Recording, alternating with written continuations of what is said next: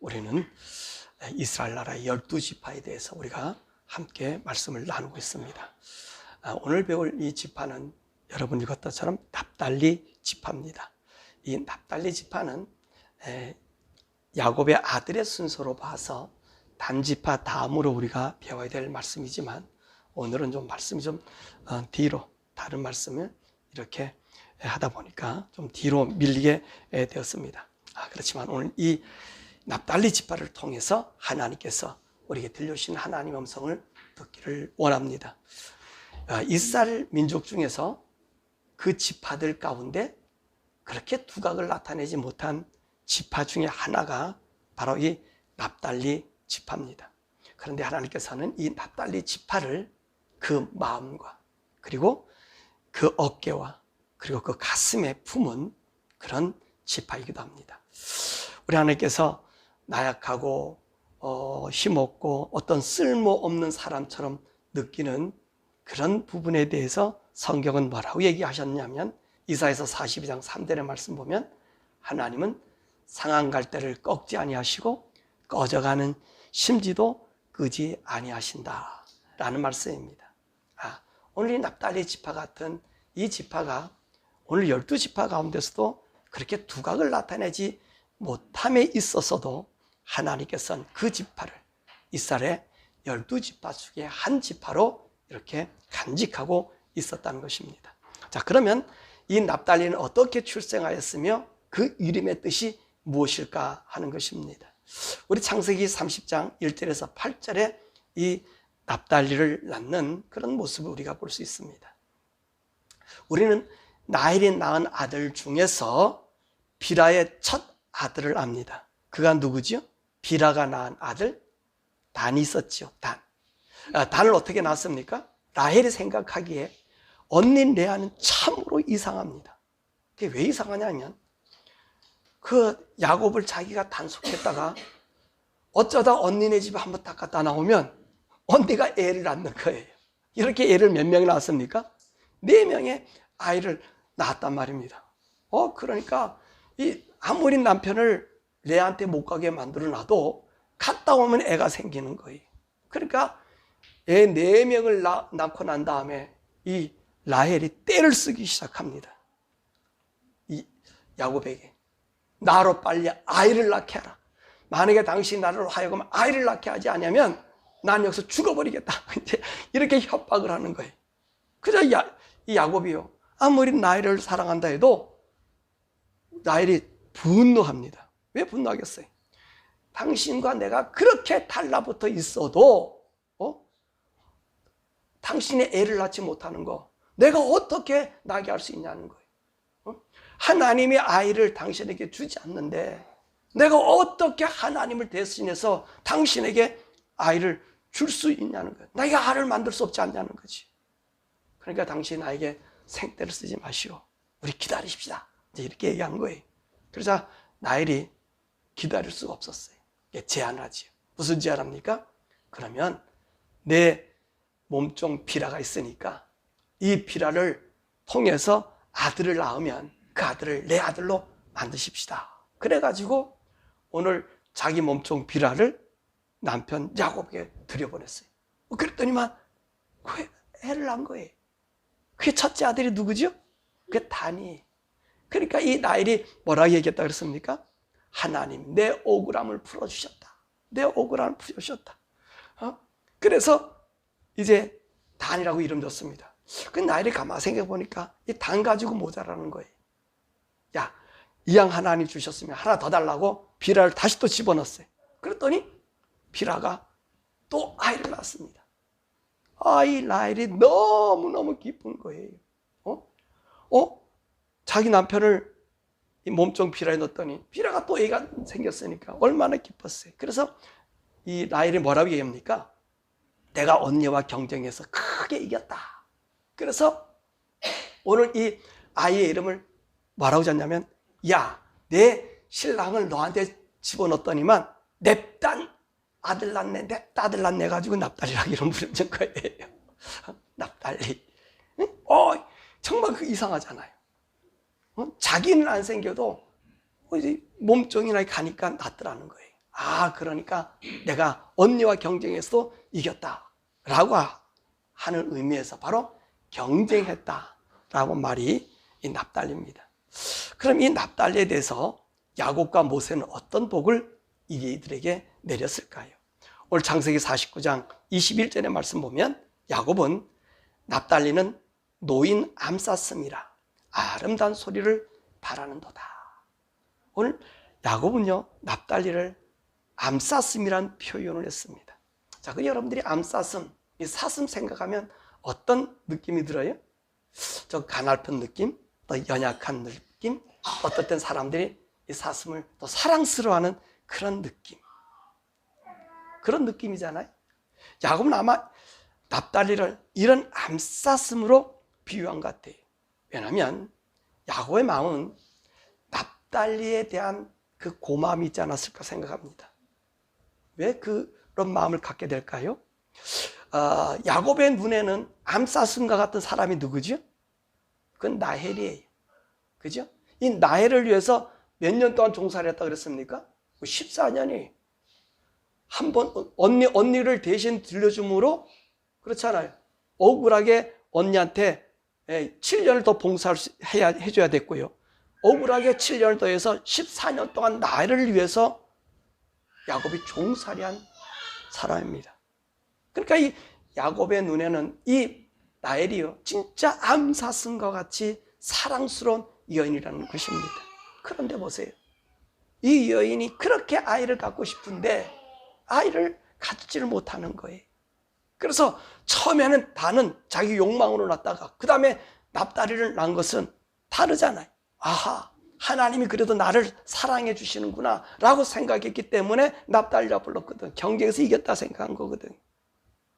그러니까 오늘 야곱의 눈에는 이 납달리를 볼 때 자기 아내의 그런 마음을 생각해서 아마 이 납달리에게 암사슴 같은 이런 그 복을 내렸는지 모릅니다. 그래서 야곱은 납달리에게 복을 내릴 때 너는 사랑스러운 암사슴이야. 내 안에 라헬이 암사슴 같은 아름다운 그 소망이 있었던 것처럼 너는 약하지만 많은 사람들에게 사랑을 받는 그런 지파가 되어라. 아마라는 의미로 축복하지 않았나 이렇게 생각합니다. 그럼 이 모세는 납달리 지파에 대해서 어떻게 복을 빌었을까요? 신명기 33장 23절에 보면 납달리에 대하여는 일러스되 은혜가 풍성하고 여호와의 복이 가득한 납달리여 너는 서쪽과 남쪽을 차지할지로다. 이 모세가 납달리에게 축복한 것은요 은혜가 풍성하고 여호와의 복이 가득한 자다라고 얘기합니다. 그래서 서쪽과 남쪽을 차지하라 이렇게 이야기했습니다. 그래서 우리 성경이나 많은 성경에는 서쪽과 남쪽을 차지하라 이렇게 했는데 오늘 영어 성경에 보면 NIV에 보면은 남쪽의 호수를 상속받아라 라고 되어 있습니다. 이 남쪽 호수가 어디죠? 바로 이게 이 납달리가 갖고 있는 그 지형의 서남쪽이 바로 이 갈릴리 바다인 거예요. 이 갈릴리 호수를 의미하고 있는 것입니다. 그러니까 오늘 여호와의 복이 가득한 이 갈릴리 호수를 너희가 차지하라 라고 이 모세는 납달리에게 복을 내렸습니다. 자, 그러면 야곱과 모세가 그 예언하고 축복했던 이 지파는 과연 어떻게 쓰임을 받았을까요? 과연 이 납달리가 이스라엘 지파 가운데서 어떤 업적을 남겼을까? 이 납달리는 성경에서 큰 업적을 남긴 그런 지파가 아닙니다. 그리고 좋은 어떤 영향력을 지파들 사이에 낳은 사람도 아닙니다. 그저 모든 지파 속에 한 지파에 머물러 있는 무의미한 그런 수동적인 그 지파의 한 술을 채워준다 그럴까? 그런 정도의 사람밖에 못 됩니다. 더욱이 이 납달리 지파는요 자기에게 준 기회도 제대로 선용하지 못하는 우유부단한 그런 지파예요. 우리는 지난번에 에브라임 지파를 배웠을 때에 거기에 여선지자 드보라를 여러분 배웠지. 그때 이 드보라가 오늘 어느 누구를 불렀어요. 그 장수 하나를 불렀어요. 그랬는데 그 장수가 뭐라 그럽니까? 나약해서 당신이 같이 내려가면 내가 싸움하겠지만 당신 내려가지 않으면 나는 싸움할 수 없습니다 라고 했던 사람이, 그래서 여자 치마복 속에 감싸있던 그런 장수가 있지요. 여러분 기억나세요? 그 장수 이름이 뭐죠? 바락이라고 하는 장수입니다. 이 바락이 바로 납달리 게데스 지방 사람 아비노함의 아들이다 라고 사사기 4장 6절에 이야기하고 있습니다. 그리고 나서요, 이 바락 다음에 이 지파가 쓰임받았다는 얘기는 하나도 없어요. 그러니까 아주 나약한 지파고 그리고 수동적인 그런 지파입니다. 야곱이 복을 빌었듯이 가냘픈 암사슴, 연약한 암사슴, 그와 같은 그런 지파라는 것입니다. 이렇게 이름 없이 이스라엘 한 지파의 구성으로 내려오던 이 평범한 이 납달리 지파, 하나님은 이 무명하고 우유부단한 이 납달리 지파에 대한 계획이 있었습니다. 그것은 바로 모세의 예언이라는 것입니다. 모세는 무엇이라고 이들을 축복하였습니까? 은혜가 풍성하고 여호와의 복이 가득한 자다. 그래서 너는 남쪽 호수를 상속받아라. 여러분, 우리가 요한복음 6장에서 여러분들이 잘 아는 기적이 하나 있습니다. 그게 무슨 기적이냐면 우리 주님께서 보리떡 5개와 물고기 2마리로 5,000명을 먹였던 사건이 있어요. 5,000명을 먹였던 사건. 그죠? 자, 이 사건 속에서 사람들은 예수님께서 5,000명을 먹인 이 사건을 보고 사람들이 뭐라고 얘기하지 아십니까? 이 예수는 바로 그 선지자다 라고 이야기합니다. 그 선지자라는 말은 무슨 말이냐면 신명기 18장 5절의 말씀 보면 내 하나님 여호와께서 너희 가운데 내 형제 중에서 너를 위하여 나와 같은 선지자 하나를 일으키리니 너희는 그의 말을 들을지니라. 나와 같은 한 선지자를 일으키리라. 이 나와 같은 한 선지자가 바로 그 선지자라는 것입니다. 그럼 이스라엘 사람들이 생각하는 그 선지자가 누구지요? 모세와 같은 그 선지자, 그것이 바로 메시아라는 것입니다. 하나님의 아들이라는 거예요. 예수가 바로 그 선지자라는 거예요. 오늘 사람들이 예수님이 보리떡 5개와 물고기 2마리를 가지고 5,000명 먹였어요, 남자만. 그러니까 사람들이 뭐라고 했습니까? 바로 이분이 그 선지자다. 왜 그 선지라 그래요? 왜 단정 지을 수가 있어요? 나와 같은 선지자라 그랬잖아요, 모세가. 그러면 모세는 어떤 일을 했습니까? 광야에서 40년 동안 이스라엘 사람들에게 만나를 먹이지 않았습니까? 만나를 먹여 40년 동안 살았다는 거예요. 근데 오늘 나와 같은 선지자, 그분이 와서 너희들을 가르칠 테니까 너희들은 그의 말을 들으라 그러니 오늘 예수님이 보리떡 5개, 물고기 2마리로 5,000명을 먹였단 말입니다. 남자만. 어린아이와 여자 다 빼고. 그렇다면 오늘 이 사람들이 예수님을 메시아로 바라보았다는 거지요. 이스라엘 나라 사람들이 이 예수님 보고 모세와 같은 그 선지자임을 그들이 믿었다는 거죠. 모세가 광야에서 먹을 걸 해결해 줬듯이 메시아가 오면 자기들의 모든 문제를 해결해 줄 것이라고 생각하고 있기 때문인 것입니다. 바로 이 납달리 지파가 야곱과 모세에게 복을 빌었던 것처럼 그 풍성한 복, 하나님의 은혜의 복, 그 복을 품은 지파가 된다는 것입니다. 자, 이 암사성같이 오늘 예수 그리스도가 이 세상에 올 그 선지자를 이루기 위해서 이 복이 이루어지기 위해서는 이사야는 모세를 이후에 700년이 지난 시점에 그는 이런 예언을 합니다. 이사야서 9장 1절 7절의 말씀 보면 전에 고통받았던 자들에게는 흑암이 없으리로다. 옛적에는 여호와께서 스불론 땅과 납달리 땅이 멸시를 당하게 하셨더니 후에는 해변길과 요단 저쪽 이방의 갈리를 영화롭게 하셨느니라.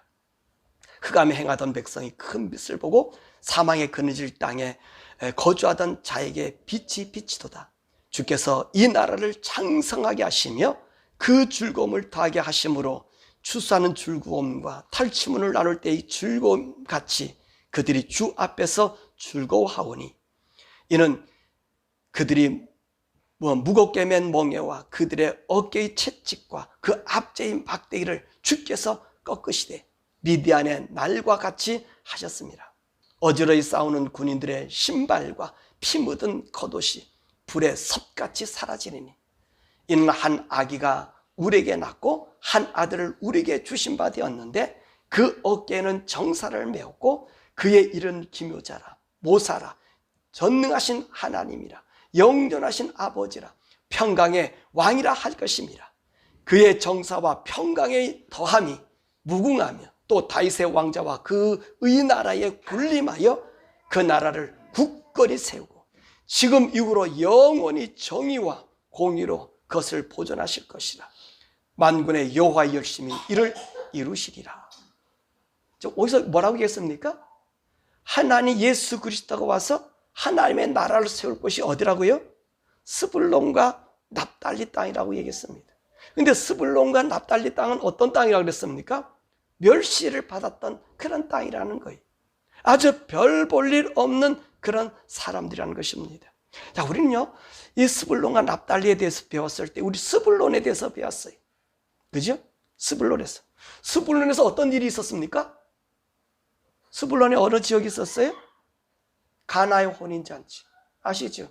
거기서 예수님이 첫 기적을 행하시고, 그 행하심으로 통해서 예수님이 하나님인 것을, 하나님의 사람인 것을 그들이 알게 되었단 말입니다. 근데 이 놀라운 이사야 이 말씀이 바로 이 스불론에만 있는 것이 아니라 납달리에게도 있다라고 오늘 이사야가 말합니다. 자, 이 이사야가 예언하고 나서 700년 후입니다. 재밌죠? 모세가 얘기하고 나서 700년이요? 이 누굽니까?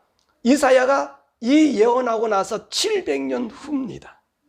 바로 700년 후에 이 말이 이루어집니다. 마태복음 4장 12절에서 17절 말씀 보면 예수께서 요한이 잡혔음을 들으시고 갈릴리로 물러가셨다가, 자, 갈릴리가 어디라고 했죠?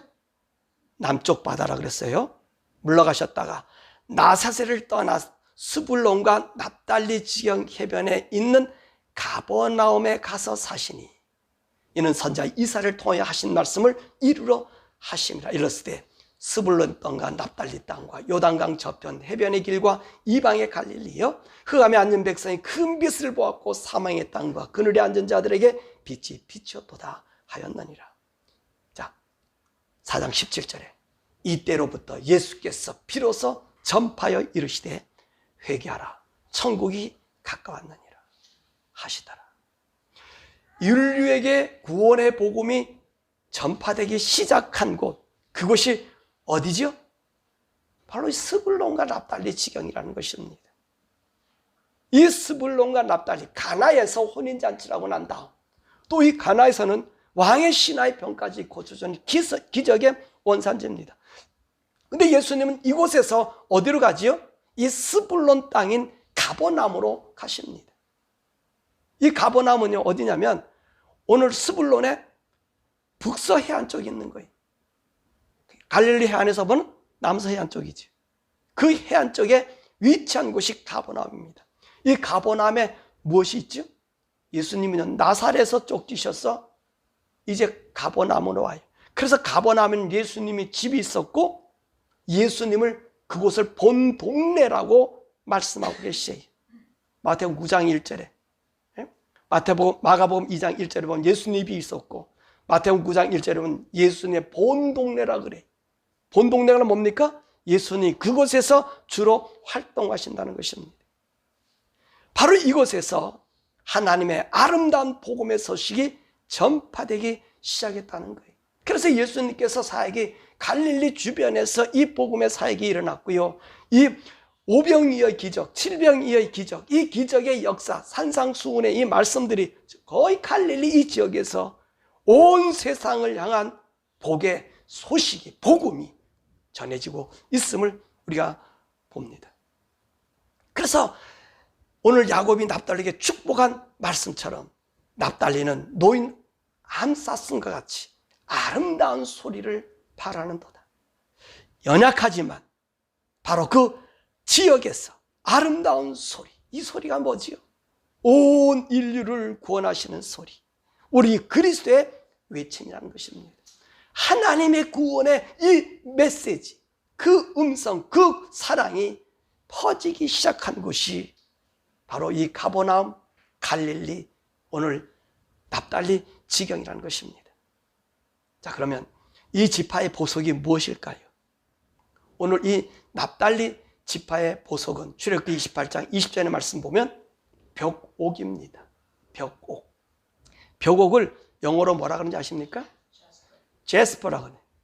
제 손자 이름이 제스퍼예요. 벽옥이 자스퍼예요. 이 색상은 약간 푸르빛이 쓰면서 노란색, 적색, 갈색을 띠고 있습니다. 이 보석의 색은 대단히 투명하면서 아주 화려한 색상의 보석입니다. 이 보석은 천상의 색으로 알려져 있습니다. 우리 계시록 4장 2절과 3절의 말씀 보면 보좌에 앉으신 이의 모양을 설명할 때 뭐라고 하는지 아십니까? 그 보좌에 앉으신 이가 있는데 앉으신 이의 모양이 벽옥 같고 제스퍼 같고 또 새 예루살렘 성의 빛을 무엇으로 묘사한지 아십니까? 계시록 21장 11절의 말씀 보면 바로 또 이 제스퍼를 얘기하고 있고요. 이 예루살렘 성곽과 첫 번째 성곽 기초석이 무엇으로 된지 아세요? 이 벽옥으로 되어 있다는 거예요. 이 벽옥은 하나님의 영광과 천상의 빛으로 나타나고 있습니다. 그러니까 새 예루살렘 성전 그 광채가 바로 벽옥이라는 거예요. 그럼 이 벽옥을 가지고 있는 지파가 어느 지파라고요? 납달리 지파라는 거예요. 여러분 말씀해주면 납달리 지파는 이스라엘 민족을 위해서 보면 공헌이 없는 그냥 한 구성원 평범한 지파로 살아온 것 같습니다. 그래서 잘 거들떠 보지도 않는, 그래서 흑암에 앉은 백성으로 취급한 거예요. 그런데 우리 하나님의 평가는 달랐다는 것입니다. 이 지파를 통하여 인류의 구세주 메시아의 거처가 되게 하였으며 하나님의 은혜와 여호와의 복을 누리게 하였다는 것입니다. 더욱이 우리는 하나님의 나라, 천국과 새 예루살렘을 묘사하는 것을 보았습니다. 그 묘사가 어느 색이라고요? 벽옥의 색, 이 제스퍼의 색. 이들이 이 세상에서 큰 공로 없어 보이지만 이들이 하늘의 모든 영광의 색이 바로 이 벽옥이라는 거예요. 자, 우리는 여기서 무엇을 발견할 수 있습니까? 이 세상에서 이름을 날리고 멋진 일을 하는 많은 사람들, 앞서가는 사람들 많이 봅니다. 참 그들은 귀합니다. 그리고 그 사람에 비해서 아무런 성과도 없고 효과도 없고 결과도 없고 항상 뒤처져 있는 것처럼 보여요. 그런데 그 화려했던 또 교회 살아가면 그 영광스러웠던 교회들은 이 지구상에서 보이질 않아요. 사라졌어요. 그런데 교회를 지키고 성도들의 신앙을 지켰던 것은 대도시의 큰 교회가 아니라 시골 교회 목사들이었다는 거예요. 시골 교회 자그마한 성도들이었다는 거예요. 왜 그럴까요? 왜 그들이 하나님의 복음과 믿음과 하나님의 뜻을 간직할 수 있었을까요? 사람들에게는 영향력을 발휘하지 못한 그런 미천한 사람들이 왜 교회를 유지하고 왔을까요? 여러분, 그건 하나님의 법칙이에요. 우리 하나님은 유명한 자는 유명한 자로 쓰지만 하늘의 색, 하늘의 아름다움은 무명무실한 그들을 통해서 그 심령 속에 하나님을 품고 있는 그들을 통해서 나타난다는 것. 하나님을 품고 있는, 하나님의 품어 간직하고 있는.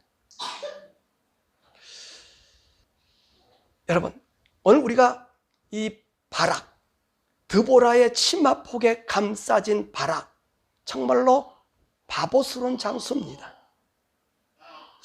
우리 인간 세상을 보면 남자들의 망신을 시킨 사람들이에요. 그런데 히브리서에서는 이 사람에 대한 평가가 달라요.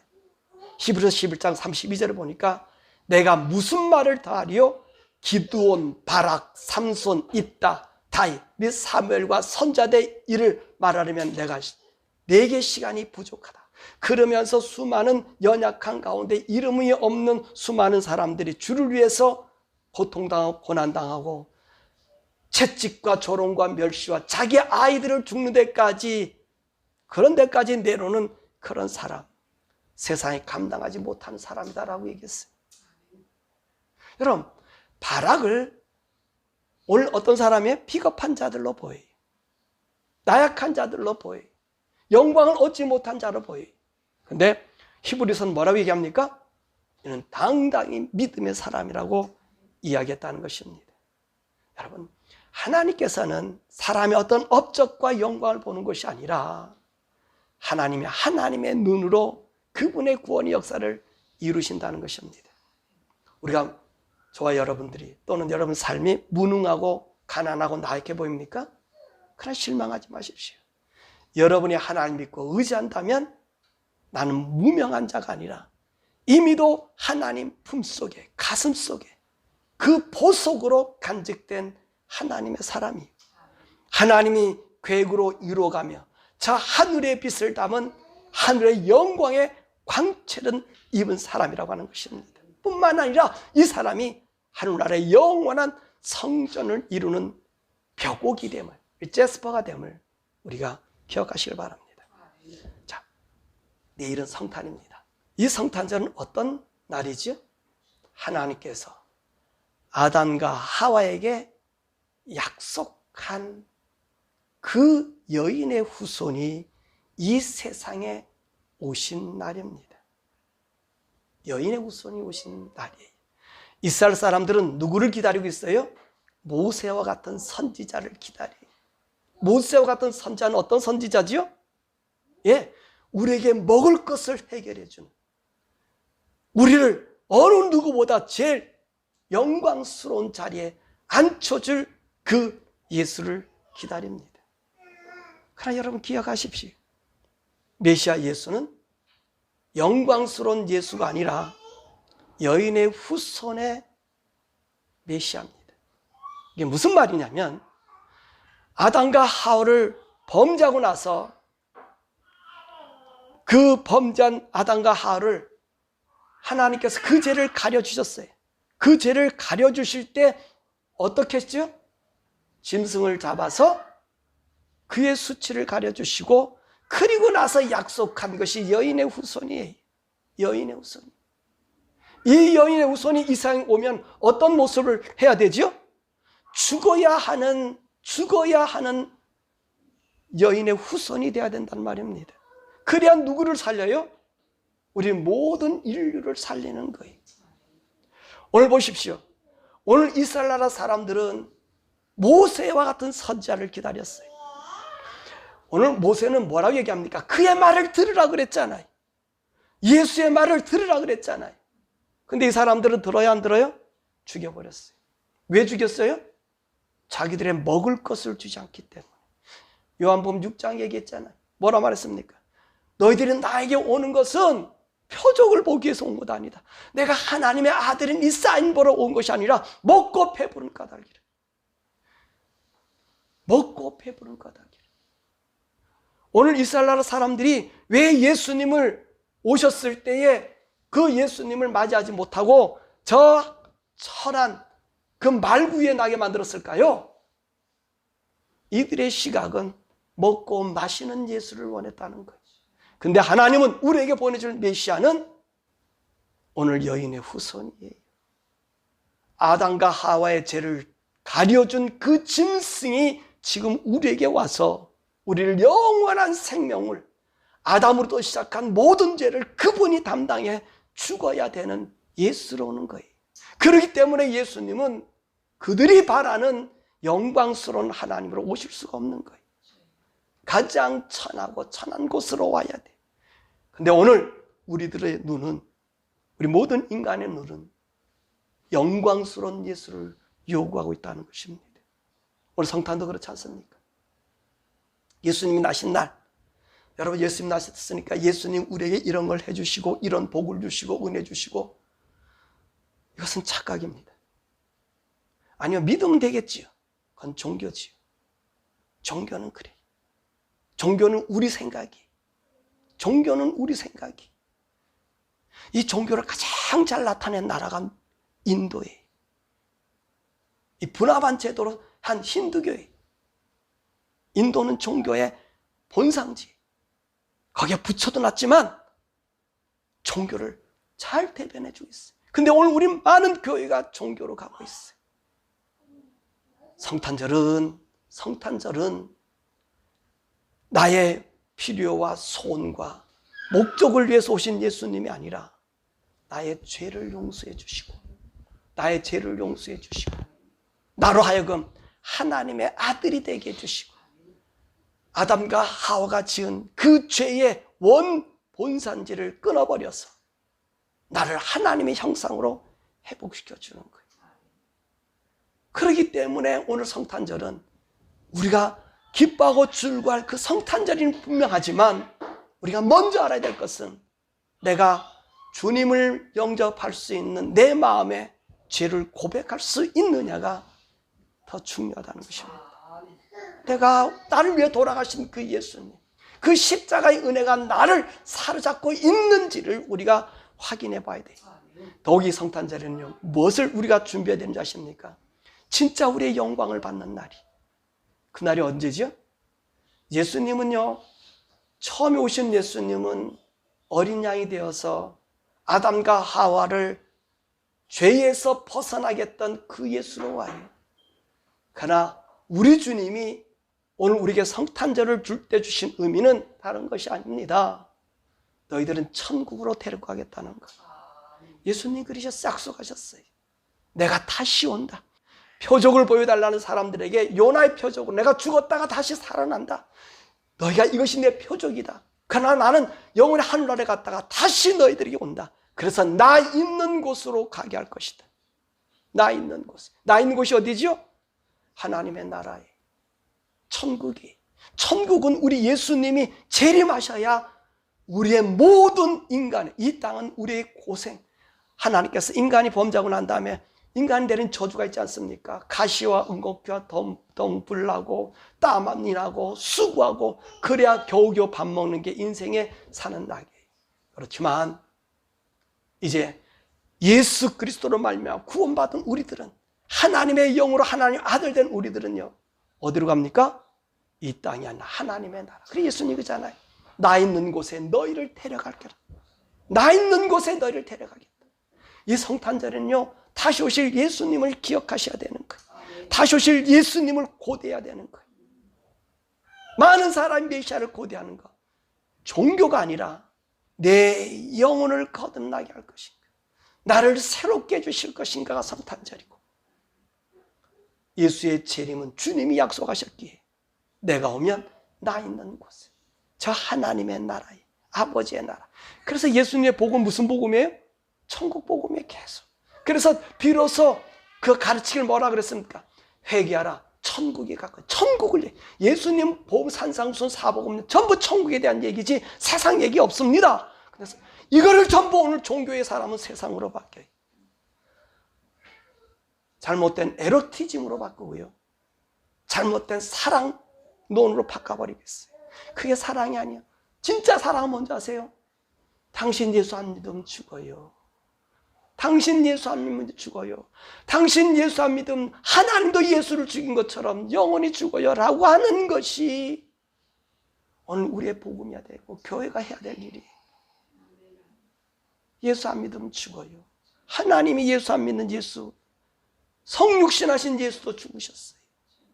그러나 그 예수를 믿으면 이제는 예수님이 죽으셨다 다시 부활하여 천국 올라갔던 것처럼, 그래서 하늘에서 영광 받은 것처럼 오늘 예수님이 오시면 당신들을 불러서 하늘나라에 이 영광스러운 자리, 아들의 자리를 주는 거예요. 그러므로 우리 성탄절은요, 그 다시 오실 주님을 고대해야 돼. 나의 죄를 고백하고 내가 하나님 아들이 됐는지 안 됐는지를 확인하고 되었다면 이제는 그 주님이 주실 그 영광을 참으로 기다리는 그런 믿음의 사람이 되어야 될 줄 믿습니다. 저와 여러분 납달리 같은 사람들이, 유명무실한 사람들이, 그렇지만 하나님 가슴에 품은 사람들이, 어떤 사람? 예수 그리스도의 보혈로 그 천국이 소유된 사람은 그 천국에 계신 하나님 모습이 무슨 모습이라고요? 그 자스퍼, 이 표곡의 광채. 그 성이 무슨 광채라고요? 자스퍼, 표곡의 광채. 그 성벽이 제일 먼저 기초석이 뭐라고요? 자스퍼, 표곡. 보잘것없지만 그 심령에 누가 있어야 돼요? 하나님을 품어야 돼. 가버나움엔 이 납달리 지파가 예수님의 본고지로 삼아 복음의 핵심을 였던 것처럼 저와 여러분들 마음속에 제스퍼가 품어집니다. 우리 하나님 예수가 품어집니다. 그래서 무명한 자는 유명한 자 되기보다 무명한 자가 되어 예수를 품는 자가 되면 이 품은 자들이 하늘의 형상, 보좌에 앉으신 이의 모습, 보좌에 앉으신 모습의 예루살렘 성, 그 성벽, 나도 그 모습이 된다는 것. 그 모습이 비친 자만이 천국 가는 것. 바로 오늘 저와 여러분들이 납달리의 모습을 갖는, 예수만 여러분 속에 간직되는 우리 모두 되기를 주님 이름으로 축원합니다.